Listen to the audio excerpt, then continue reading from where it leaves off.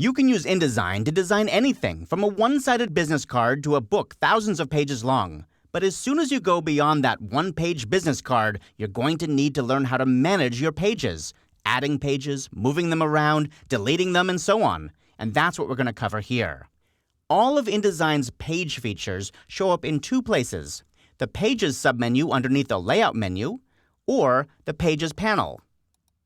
But the Pages panel has everything from the menu, plus a lot more, so let's focus on the panel.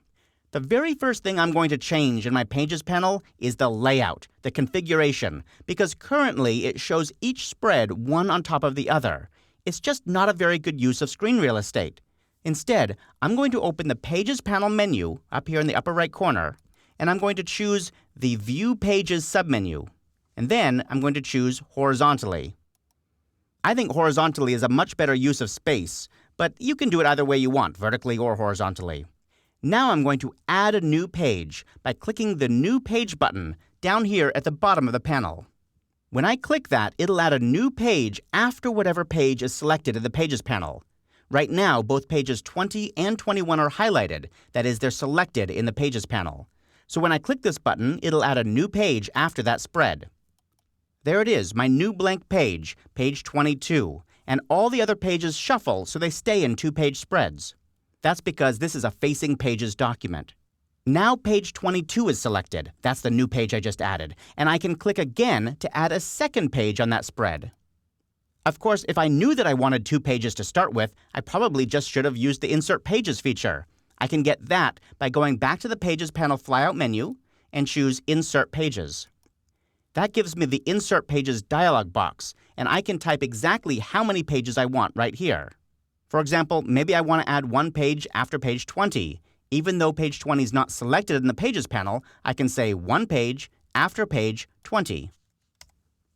You see that the Insert pop-up menu here gives me several options. I can say after that page, before the page, or at the start or end of the document. In this case, I'm just going to click OK, and it adds a single blank page after page 20. Another way to get a new page in InDesign is to duplicate one of the pages that you already have. Now, I find this very useful when I'm laying out pages quickly because I often already have a page that looks approximately like what I want. In this case, I want a duplicate of this spread, pages 22 and 23. So I'm going to select both those pages by clicking on the numbers underneath the spread.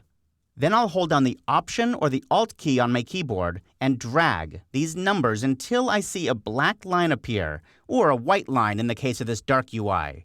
When I see that line appear, that means put it here after the spread. And when I let go, InDesign makes a duplicate of the spread right where I wanted it. Of course, the Pages panel acts kind of like a slide tray. If you have a bunch of images or slides in a tray, you can move them around anywhere you want, right? So if I want this spread to be somewhere else, all I have to do is click on it and drag it. That moves it to where I want it to be. For example, I'll put this all the way down at the end of the document. Again, I'm looking for that vertical line to tell me where InDesign is going to drop it. As soon as InDesign puts it in place, all the pages reflow to keep the documents as facing pages. There's another way to move pages too, and that's to choose Move Pages from the Pages panel menu. For example, I might want to move pages 23 and 24 to later, after page 25. So I'll press 23 to 24. That's just a little hyphen in there to say 23 to 24. And then I'm going to say after page 25. Then I'll click OK, and you can see that those pages got moved, and again, all the pages reflowed to take their place. Finally, sometimes you find you need to delete pages, and you can do that in the Pages panel too. I'll select this second page in the document just by clicking once on it. And I want to grab these other blank pages I have too. So I'm going to hold down the Command key or the Control key on Windows and click on them. That lets me select discontiguous pages. That means pages that are not next to each other. Now, if you hold down the Shift key, you can actually select continuous pages, a range of pages. For example, I'll click on this first page of the document, page 20, and then I'll shift-click on the last page, page 30. That selects all the pages, from 20 to 30.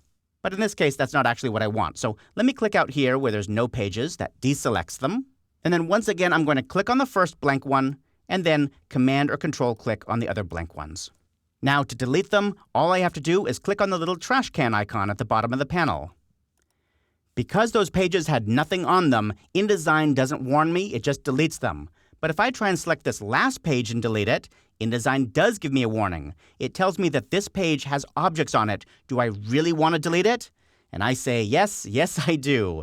I'll go ahead and click OK, and now it's gone.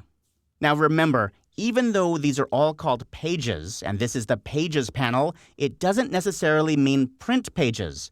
A page in InDesign could be what you see on a screen, like a slide presentation, or a magazine on a tablet. A page is a page is a page.